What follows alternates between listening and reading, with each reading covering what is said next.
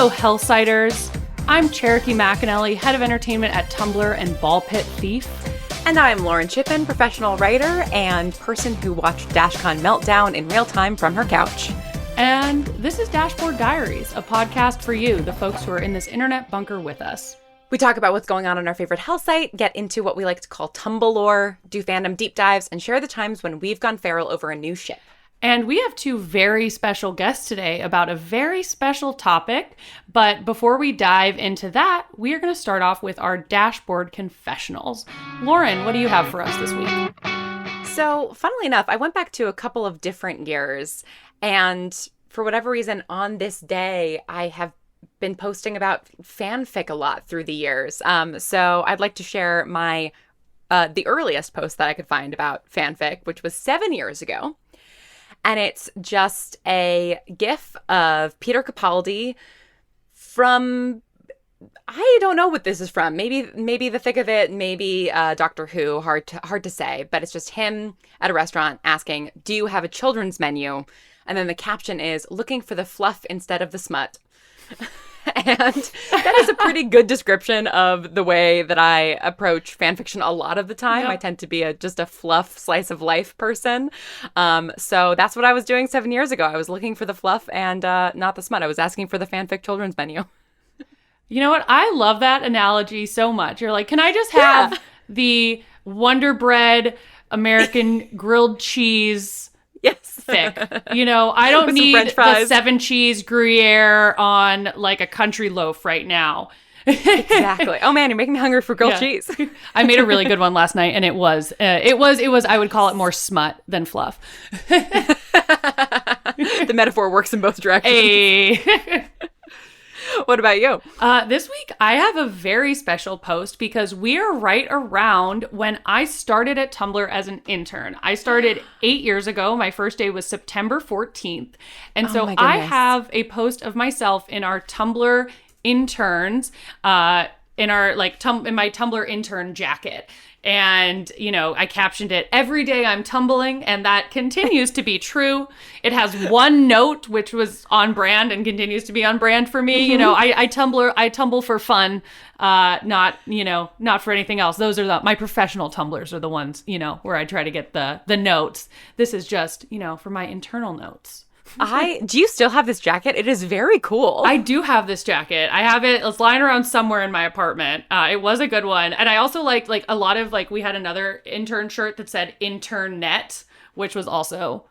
That's very good. Yeah. Good stuff. That's very good. So yeah. Wow, so a historic day 8 years ago. Historic day. And speaking of historic days, today we are going to talk about one of the most historic days, one of the most historic events in the history of Tumblr, Dashcon. Woo! Now, if you're not familiar, Dashcon was an unofficial fan-created Tumblr convention that happened in July 2014. And we actually have 2 attendees from Dashcon who worked at Tumblr at the time and who are coming on to chat with us today about their experience at this blessed day in Tumblr history. So we have Amanda Ferri, who is now at DistroKid, and we have Chase Turner, who is now at the New York Times. But back in this day, 8 years ago, they were both enthusiastic Tumblr employees who, you know, attended Dashcon undercover and to really see what it was about. We're going to have a quick ad break, and then we are going to jump into our Dash conversation with Amanda and Chase. This week in Tumblr Vibes, a post from the Craft Gremlin. We need to embrace the fact that the Tumblr user base is aging. What's everybody's favorite kitchen appliance? I think mine is probably the dishwasher. I lived without one for most of my 20s, and I'm not sure how I ever survived. Before we get to our ad break, a quick correction to the conversation you're about to hear. We talk about how Dashcon was originally called ReblogCon, but it was actually TumbleCon. All right, now on to our sponsors. Thank you for listening, Dashers. Scrolling through my Tumblr Dash always make me pick up a million hobbies. Crafting, drawing, writing, you name it.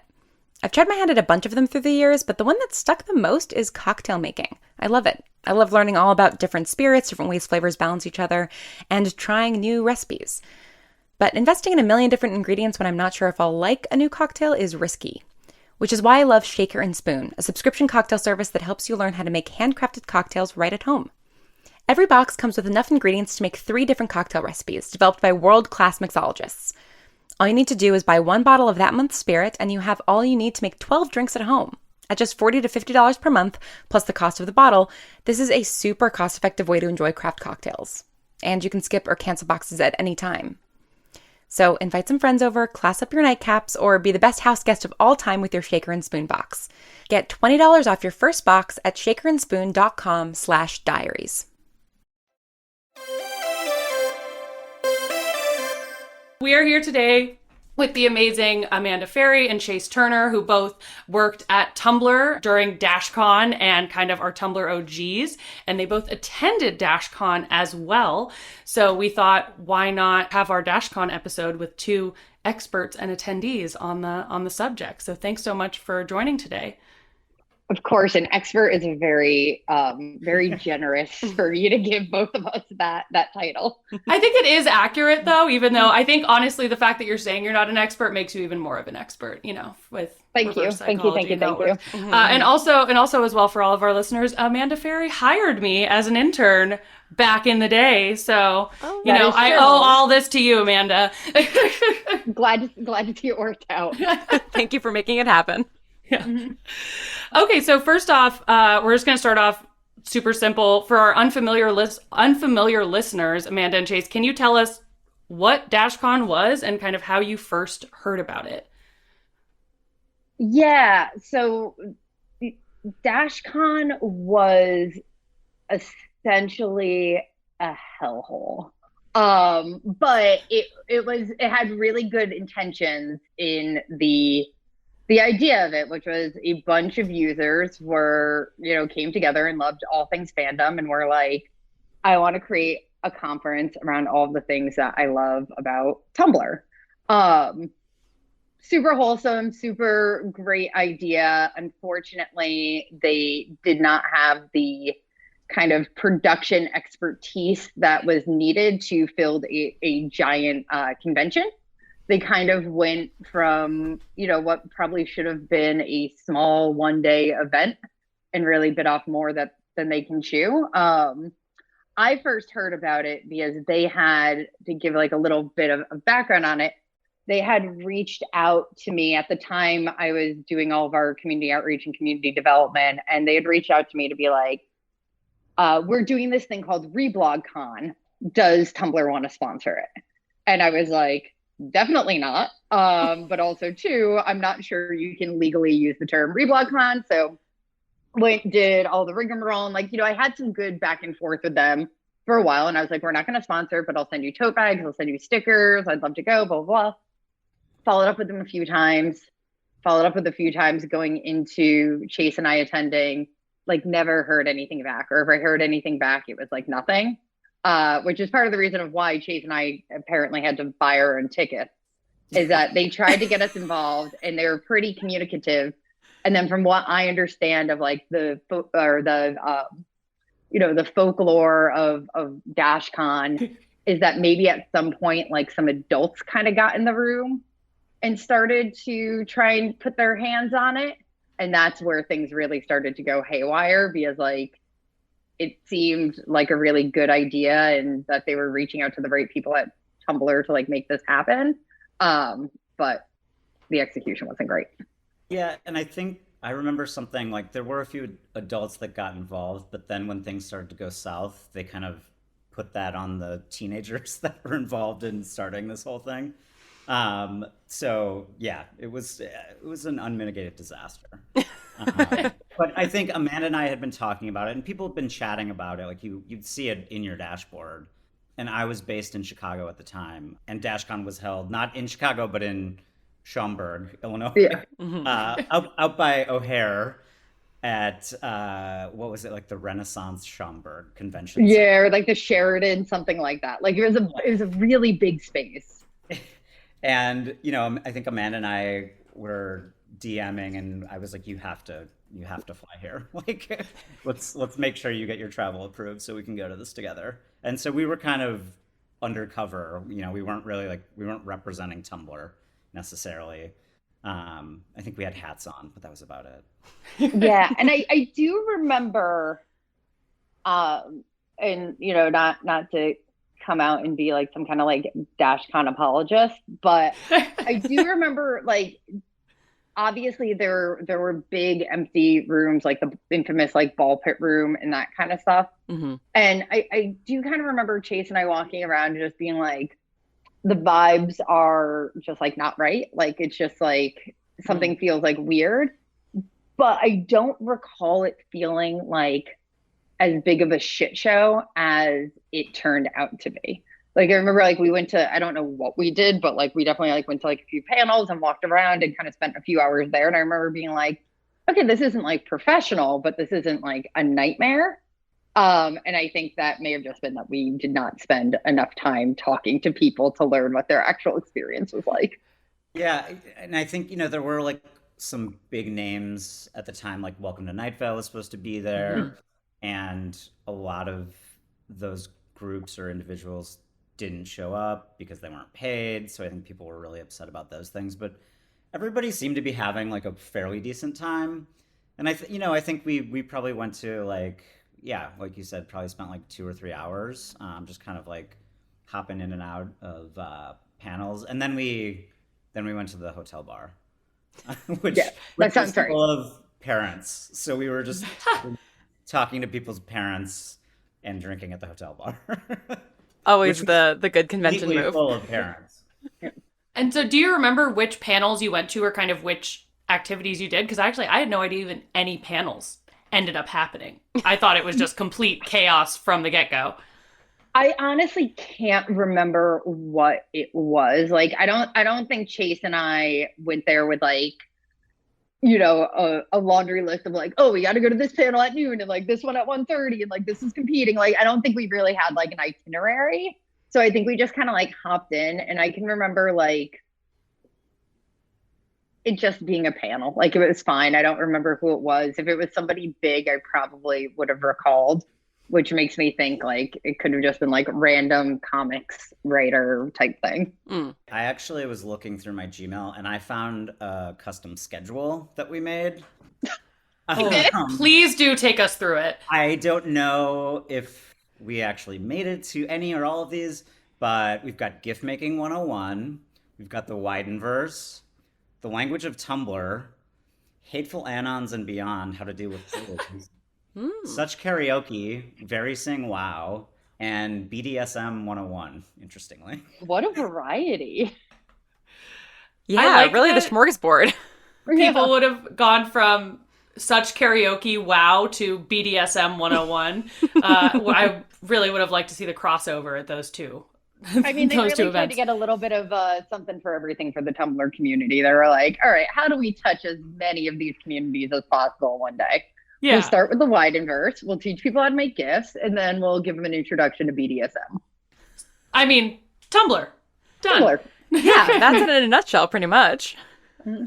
So what were your expectations going into this? Did you kind of feel like, based on the interactions you'd had before, that this was kind of a legit Comic-Con or similar-esque event?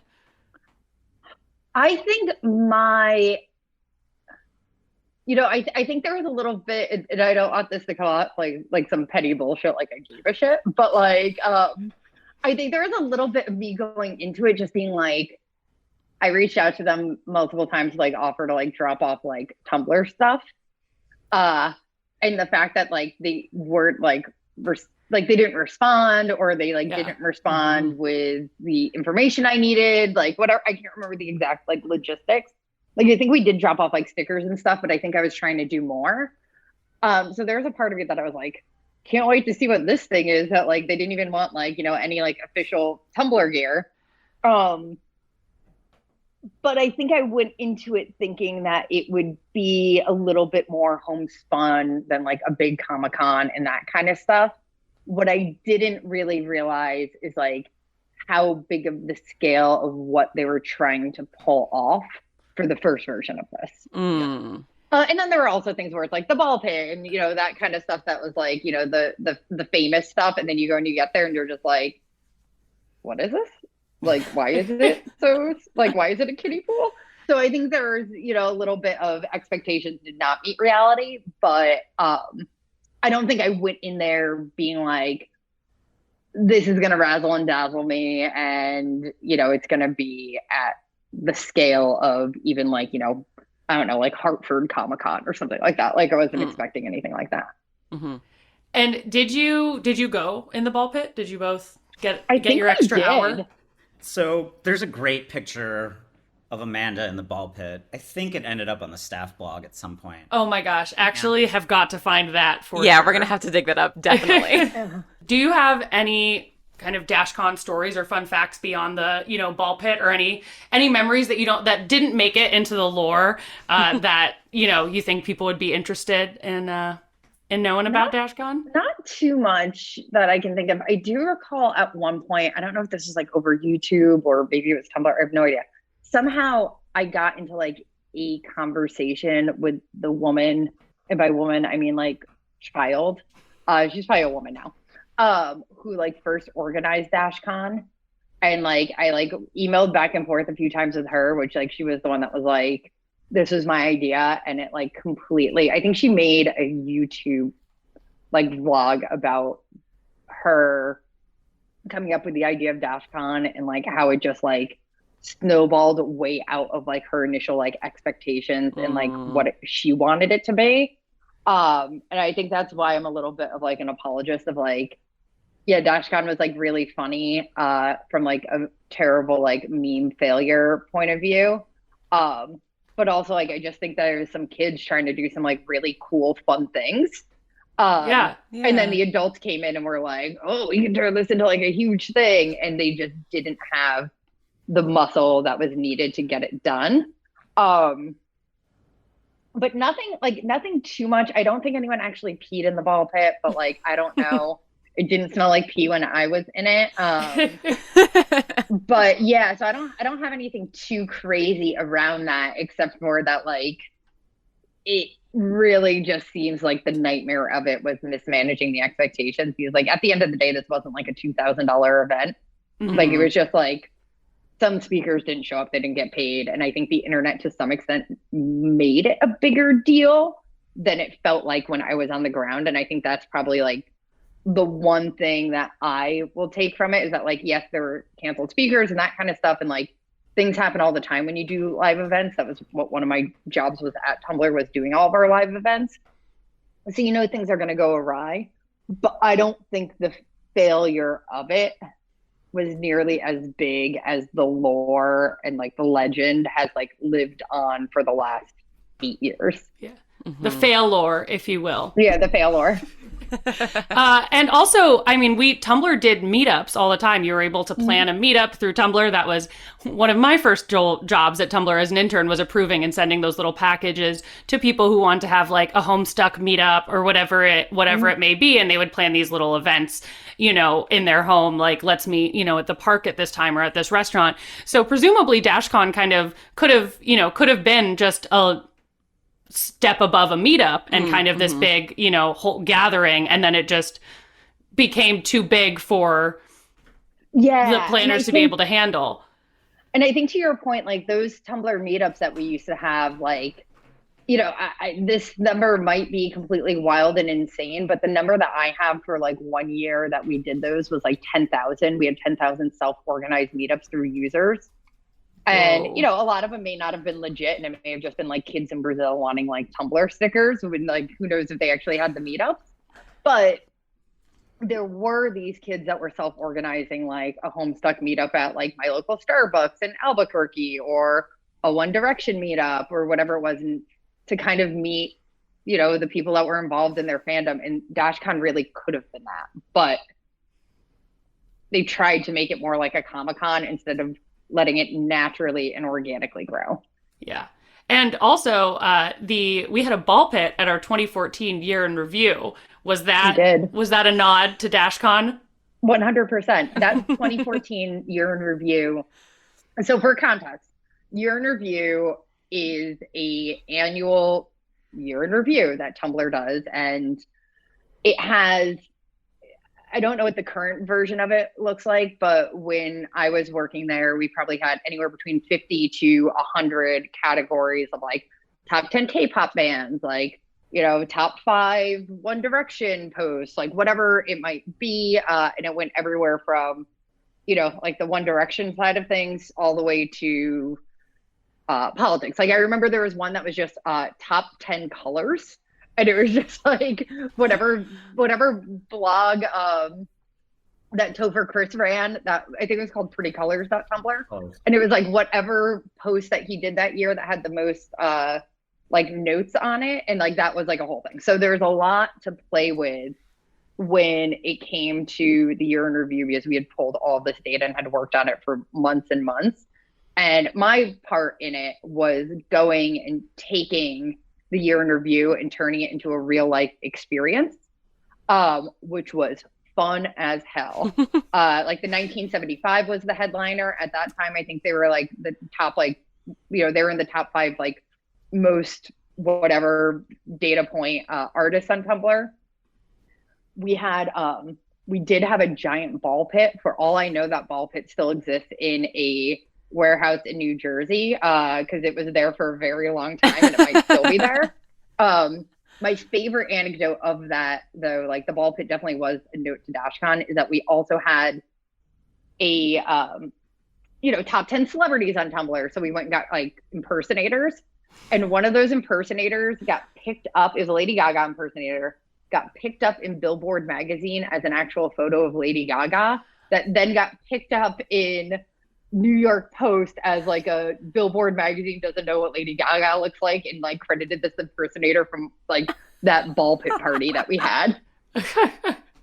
I had no idea about that. That is incredible. Yeah, that's so awesome. Perfect. Chase, what about you? Are there any like standout Dashcon memories that you've sort of dug up in thinking about this? You know, I've been trying to rack my brain. I thought the funniest, I mean, the thing about the ball pit was like, it was sort of funny, but I would have had no idea that people are still making memes about it. I remember, I think, you know, this was just kind of an adventure with Chase and Amanda. I remember I was like, we left and I'm like, what do you want to do? And Amanda just wanted to eat like an Italian beef or something before the airport. But like there was nothing that specific. I really thought, I know I already mentioned this, but I thought the hotel bar thing was hilarious. I mean, it was packed. Like it was full. It was like 6 deep at the bar with just a bunch of adults talking to each other like, what is going on here? Why are we here? The one memory that I really have of you and I was like our first like initial reaction to it, which was like, you know, you go into the hotel lobby, whatever, and we're like, where do we check in? Like, where do we get our badges? And they're like, oh, it's over here. And it's just like a load, like it looks like an Amazon warehouse that's completely empty. And you would think that like you have like this like giant room that's like an empty convention hall, that you would put the booth near the door. But the booth was on like the complete opposite side. So you almost had to do like a walk of shame to get your badge and go back. Like I think that was the room that the ball pit was in as well, which is why the ball pit looks like it's in this like empty abyss. It's because it kind of was. Like the only other thing really in that room was your ability to pick up your badge, which was in like the complete opposite corner and probably like a solid 2 or 3 minute walk to get. Yeah, it was like walking across a football field, and then there was just like a little table where you registered. Do you remember like getting onto Tumblr the next day or the next week and seeing people joking about it? And was that a surprise based on what you were experiencing actually on the ground? I think when we were there is when things started to kind of unravel and we heard some murmurs about it. Is that like we started to hear like, you know, whether it was Night Vale or whomever it was, like one of the bigger acts, like pulled out because they didn't get paid. So when we were there was like when we started to kind of like be like, oh, this thing's like really kind of going a little haywire.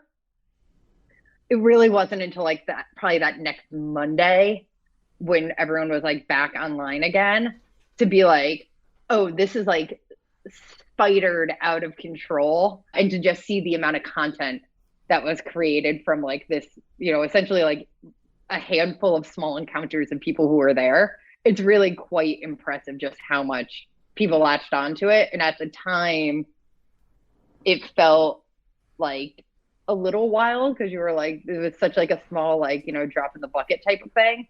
But then as you've seen through the years, like how much we love a scam and we love a failure of a con artist, it makes total sense that like we should have known that we were just like the hors d'oeuvre to, what would turn into a whole genre of entertainment. Yeah, I mean, I remember it was definitely that Monday because I think it was on a Friday and Saturday. And at the time, Monday morning, like Tumblr would be very, very active. And it had filled the dashboard. Like it was just like that ball pit image became the sort of icon. And I think Topher also put it on the radar. So Topher Chris was in charge of choosing the radar at that time and promptly put it there, which obviously like helped get the message to everyone who was logging into Tumblr. Spread the good word in the ball pit. I will say that I have been in rooms where I've told people I was at Dashcon, and I am like an instant celebrity. Like where I have been like, they're like one-on-one conversations. I've been like, oh, I went to Dashcon, and people are like, wait, what? And then I remember it was, I was speaking at LeakyCon, the Harry Potter conference in Orlando, which like, that's a fantastic fandom conference. And in a panel, somebody asked me something about Dashcon, and I like was like, well, as somebody who attended it, and the whole room was just like, and I was like, oh man, I really, really got their attention. Like they just like wanted to know more. And I'm like, there isn't too much more than what's online because it was such a short thing that lived so fast and would never, ever, like it did not have like the marketing and the promotion behind it going into it to have had the legacy that it has. Like it wasn't a fire festival where it was like heavily marketed and there was like a ton of promotion. It was just a couple of blog posts on Tumblr, and that was kind of it. And somehow it turned into this like massive thing. Yeah, and there weren't that many people there. I mean, I don't know if there was ever a number, but I would say it was like maybe around 1,000 people. It was pretty minimal. And did you ever talk about kind of throwing a Dashcon, like an in-house Dashcon, or doing anything similar to that, either before or after this happened? A little, like at one point, and this is a completely kind of like different avenue of like where Tumblr was at the time. When I joined the company, it was like in 2011, 2012. And shortly after I joined, so this must have been 2012, some of the guys, I think from like Union Pixel or one of those companies that made a bunch of like the Tumblr templates, had pitched David Karp on the idea of them doing like a Tumblr specific conference. But I think the way that they wanted to approach it was more of like a design aesthetic, like a little bit more of like the higher brow side of Tumblr, because that's kind of what fandoms hadn't totally taken over Tumblr quite yet. And we essentially were like, no, like we don't love this idea. Like don't do it. It like only talks about like one part. But yeah, I don't think we ever really tried to be like, let's do like a full-fledged conference for Tumblr. Like we did so many other little events that were like more kind of like community specific, whether it was something like Post It Forward, which was about like mental health awareness. We did a lot of music events, but it wasn't ever like, let's pull one thing together. And like the year in review event was probably the closest thing that we got to it. And but so also I was pretty lazy and didn't want to like have to organize like speakers. Like that seemed like a lot of work. Yeah, especially when there's so many conventions that are already full of Tumblr fandoms already. Up next, unless Lauren, you have any more questions, we have a little game. Yeah, a little quiz. Oh gosh. A couple of these things have come up already. So I'm curious. I think these will be pretty easy to answer, but essentially I just have a couple of rumor or true about things that happened at Dashcon versus things that are rumored to have happened at Dashcon. And this is all to the best of my knowledge from what I was able to find and, researching this and sort of seeing it all happen from a distance.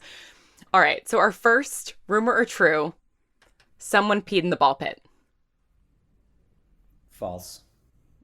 That's a rumor. Yeah. That's a rumor. As far as I can tell, that is in fact a rumor. Next one. Dashcon was started by a 15-year-old.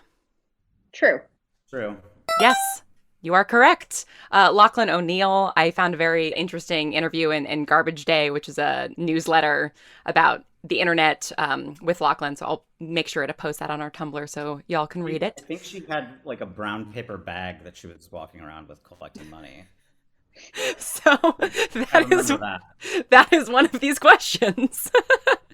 So the next one, some donations were raised by gathering cash in a brown paper bag. Well, I think Chase. I think Chase gets that one. The fact that this was started by a 15-year-old just makes me give the entire thing so much more grace. I mean, for Absolutely. a 15-year-old to do this event, I would call it a success, to be honest. Like, at 15, there is no frigging way I could organize 1/100th of what it even ended up being at the end of the day. Mm-hmm, Yeah, organizing a birthday party at 15 is like an achievement. Yeah. I think we were like acutely aware of the good intentions behind this. I mean, it was very obvious to us as employees that there was like a real effort here to make this work. But it was a lot of people with no experience in doing anything like this. Yeah. Yeah, Absolutely. the soul of it was good. Unlike, not to, shit on Firefest, but I feel like Firefest was very much big marketing, money-focused thing. And this has nothing to do with money and everything to do with, like, fun and fandoms and, like, just being, like, honestly enthusiastic about Tumblr. Yeah. And enthusiasm can really only get you so far when it comes to practical things, unfortunately. Yeah. I have two more questions. Both are ball pit related. The first one, the wrong size ball pit was delivered to the con. True. I hope true. Yeah, that is true. They sent the wrong one, apparently. It was supposed to be a big ball pit. Right. Yeah. So again, not that's all I Dashcon's fault. remember is that big ball pit, and then like you got a kiddie pool. Yeah. I mean, I feel like someone had to run out to a Target or something, and that's where they ended up with the kiddie pool. It does have that feeling to it for sure. Yeah. Final question for all of the marbles. I think the two of you are neck and neck right now. So someone had a baby in the ball pit. False. True. And Chase wins. That is false. So this is actually a very fun story. As far as I can tell, I'm taking a Tumblr poster's word on this, but there's a great post that I'll be sure to reblog to dashboarddiaries.tumblr.com that somebody, like, this was years after Dashcon happened, started a rumor about a baby being born in the ball pit, and then sort of eventually reblogged their same post after it was going around with screenshots of them chatting with their friend being like, I'm going to start a rumor that a baby was born in the ball pit. So that is in fact false. And Chase, you got the most answers correct. So you get the bragging rights. And that baby grew up to be me. Wow, wild. I love that rumor. What a funny rumor. We're all just ball pit babies at the end of the day. It's true, in our hearts.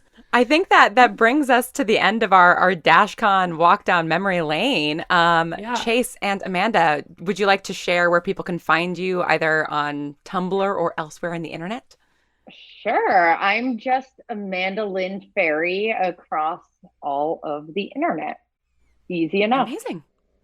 And I'm minus Manhattan everywhere as well. Easy. One username to rule them all. I love it.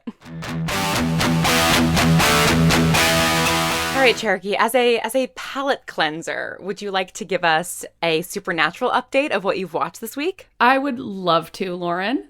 This week was a very special episode because it was a demon I've heard of. This was season 1, episode 5, Bloody Mary, which I am now not going to say another 2 times because, look, I'm not naive. I know what happens.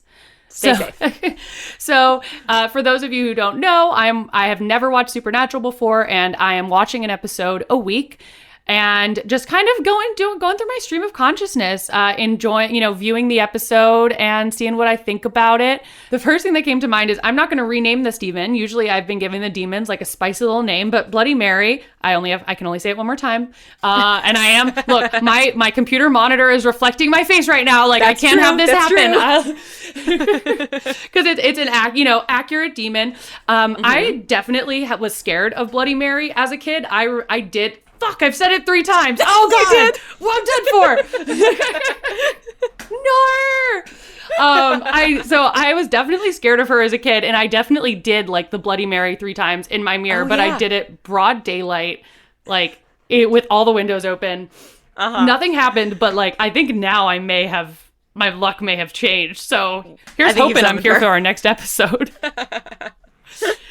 The next thing that I said was, okay, and so in this episode, Bloody Mary is going around like killing people, but not people who necessarily say the Bloody Mary 3 times. It's someone who's in their vicinity who has done a bad thing that they feel guilty about where someone died. First off, I don't know how so many people in this like tiny town that it's taking place in have been associated with death and murder, but that's a question for another day, and for another show perhaps, because Dean and Sam have now left the town. But this Bloody Mary was like very Dexter-esque. She was doing her little vigilante justice, killing people who'd killed people. So obviously killing is always bad, but, I see her rationale. I watched Dexter, so I would probably watch Bloody Mary's, investigative show, like kind of like a Lucifer-esque vibe, Yeah, I'd be into that. Right? And we closed the episode with Sam looking out of of Baby, the Impala, as they drive away, thinking they have solved this case. And there's this big kind of emotional climax earlier because Sam is feeling guilty that he thinks he maybe like is the reason his girlfriend died. Am I correct here, or is this Dean? This is Sam, right? This is Sam. You're absolutely correct. Okay. I'm glad. So he looks out after this whole thing where like, Bloody Mary was after him because he was having these dreams of his girlfriend's death before she actually died. And they're driving out of the town and he sees his dead girlfriend standing on the corner. And there's like a, what is that about? So I feel like that'll catch up with us later, just like Bloody Mary caught up with them. So that's my review of Bloody Mary episode this week. I would give it 3 Bloody Marys out of 3. An excellent new ranking system. I really do like this idea of like a Bloody Mary investigative show. Right? Because the good thing is she can show up in any mirror also. Yeah. So like she could bop around crime scenes and any reflective surface. She could get into places that others couldn't. I think, hey, CW. Yeah. I think you're onto something. So we are now going to jump into our feels corner where we talk about what is getting us in our feels this week. Lauren, what are you in your feels about this week? I am in my feels about Lord of the Rings, which we're going to have to do a Rings of Power episode, I think, when the season's over, because I know you're a huge Lord of the Rings fan. And me and my partner have been watching Rings of Power. We're really enjoying it, and it's releasing weekly, which is just a nightmare. And so this weekend we did begin a rewatch of the trilogy, the Peter Jackson trilogy, and watched the extended edition of Fellowship of the Ring this weekend over 2 nights because it is 4 hours long. All of the extended editions are minimum 4 hours. And it had been a while since I'd seen the original trilogy. And gosh, those movies are just so good. And it just brought back like all of this sense memory of being a preteen and young teenager and watching the DVDs of the Lord of the Rings trilogy over and over and over again, the extended editions, all of the bonus content. Yeah. Like, it's one of those franchises and like film trilogies that like, makes me feel very, very warm and fuzzy because all of the behind the scenes about it is so great as well. And it's such a tactile movie that certain shots, seeing them again after 15 years just really like reminded me of being 12 again. And I'm really in my feels about Lord of the Rings. I've been having a really good time revisiting the land of Middle Earth. And what a place to be. What a place to be. Yeah. What about you, Cherokee? What's got you in your feels? Lauren, my answer is exactly the same. I actually just completed my extended edition rewatch a few days ago. And I am now onto the Hobbit rewatch, the Hobbit trilogy rewatch. And so my feels are specifically, yes, I've been also watching the Rings of Power, and I was watching that, and obviously you get like, you finish an episode and you're like, I need more Hobbit, or like Elf, or just, you know, I need more Lord of Ring. And and so yeah, I turned on the trilogy. So specifically just, I love Sam. Sam is the best character in I think all of Middle Earth. I love Sam so much. Yeah. But the like my whole constant like loop in my head for the past week has been like, they're taking the hobbits to Isengard. Like it's just that is my current, you know, my sleep paralysis demon of the week is Legolas saying they're taking the hobbits to Isengard. So that's that's what I've been thinking about a lot. I love that. I love the idea of you having a weekly sleep paralysis demon. Another segment for us. What is Cherokee sleep paralysis demon this week? Honestly, I'm very in for that. And with that, I'm Lauren Shippen, and you can find me at thelauren.tumblr.com. And I'm Cherokee McAnelly. You can find me at chero.tumblr.com. This has been Dashboard Diaries. And may your nons always be loving. Your dash always refreshed. Your gifts always be loading. And your ships always canon. May the fix of reading always be finished. And the answers you seek always in the reblogs. Thanks for scrolling with us.